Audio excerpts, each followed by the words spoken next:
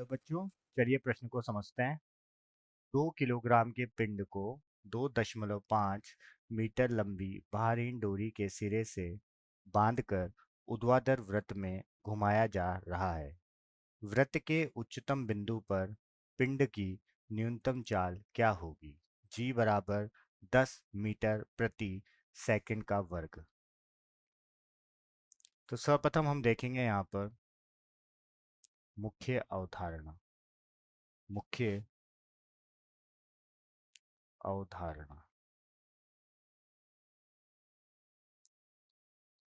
अगर कोई भी कण या वस्तु किसी ऊर्ध्वाधर वृत्त पर घुमाया जाता है, तो हमने यहाँ पर डोरी के सहारे घुमा रहे हैं। तो डोरी के सहारे अगर घुमाया जाता है तो यहाँ पर हम देखेंगे कि यहाँ पर जैसे दो बिंदु पर हम देखेंगे, जैसे सबसे निम्नतम बिंदु पर देखते हैं और सबसे उच्चतम बिंदु पर। तो अगर मान लीजिए इस दिशा में घुमाया जा रहा है, तो इस कर्ण की या वस्तु की जो चाल है, वेग है, वो v है। और इस वस्तु की जिस डोरी के सहारे बांधा है, अगर वो l है, तो यहाँ पर हमारा, अगर हम यहाँ पर इसके वेग की बात करेंगे उच्चतम बिंदु पर, तो उच्चतम बिंदु पर जो वेग होता है वो निर्भर करता है, चाल होती है या वेग होता है जो निर्भर करता है, किस पर निर्भर करता है? वो निर्भर करता है गुरुत्वीय त्वरण पर और इस वृत्तीय पथ की त्रिज्या पर, जो किसके बराबर होगी? इस डोरी के लंबाई के बराबर होगी।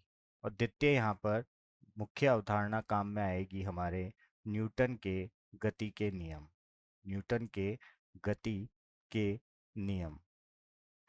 इन न्यूटन के गति के नियम से हम यहाँ पर निकालेंगे कि यहाँ पर जो बल लग रहा है वो कितना बल लग रहा है।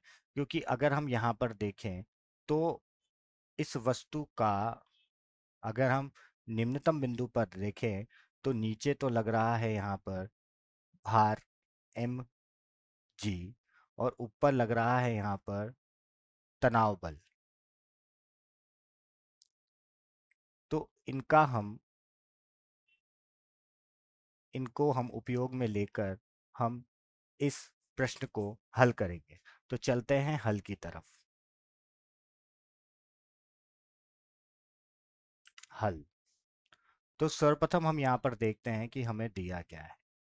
तो अगर हम यहाँ पर देखें तो प्रश्न में हमें यह दिया हुआ है कि हमने किसी वस्तु को किसी ऊर्ध्वाधर वृत्त पर हम क्या कर रहे हैं? घुमा रहे हैं। और वस्तु की जो डोरी है वो हमने ली है भारहीन डोरी है, पर वस्तु का जो द्रव्यमान है, पिंड का जो द्रव्यमान है, वो हमें दिया हुआ है। वो दिया हुआ है 2 किलोग्राम। और ये जो पिंड है जिस डोरी से बांधा गया है, उस डोरी की लंबाई हमें दे रखी है 2.5 मीटर। अब हमें यहाँ पर बताना है कि जब ये अपने उच्चतम बिंदु पर होगा, उच्चतम बिंदु पर, तब इसकी चाल क्या होगी। तो अब देखते हैं हम यहाँ पर कि अगर, पहले तो हम यहाँ पर ये देखते हैं न्यूटन के गति के नियमों से। न्यूटन का गति के नियमों से हम यहाँ पर देखते हैं न्यूटन कि यहाँ पर कौन कौन से बल कार्य कर रहे हैं। तो न्यूटन के गति के नियमों से अगर हम यहाँ पर बात करें तो इस पिंड पर अगर इसके निम्नतम बिंदु की बात करें तो लंबवत पृथ्वी की ओर, पृथ्वी के केंद्र की ओर यहाँ पर भार बल कार्य करेगा, और डोरी में खिंचाव की वजह से यहाँ पर तनाव बल यहाँ पर कार्य करेगा। और ये किसी चाल से इस वृत्तीय पथ को क्या कर रही है? इस वृत्तीय पथ में क्या कर रही है? गति कर रही है। तो वो वृत्तीय पथ में गति के लिए जो चाल है वो v है। तो अब हम ये बात करते हैं। तो यहाँ पर अगर हम देखें तो यहाँ पर जो ये तनाव बल है, ये तनाव बल किसकी तरह कार्य कर रहा होगा? ये तनाव बल कार्य कर रहा होगा यहाँ पर किसकी तरह? अभिकेंद्र बल की तरह कार्य कर रहा होगा। तो तनाव बल अगर यहाँ पर हम इसकी वजह से जितने फोर्स लग रहे हैं, जितने बल लग रहे हैं, अगर उनके बारे में देखें तो गति के नियमों से हम लिख सकते हैं कि ये किसके बराबर होगा? अभिकेंद्रीय बल के बराबर होगा। अब लेकिन हमें पूछा गया है कि यहाँ पर जब ये उच्चतम बिंदु पर होगा, तो उच्चतम बिंदु की अगर हम बात करें तो उच्चतम बिंदु पर कि इस ऊर्ध्वाधर वृत्त में जो चाल होती है, जो पिंड की चाल होगी, पिंड की चाल बराबर होगी, किसके बराबर होगी? वो वर्गमूल आर गुणा जी के बराबर होगी। आर हमारा यहाँ पर वस्तु को बांधने के लिए जो डोरी इस्तेमाल की गई है, उस डोरी की लंबाई के बराबर होगा।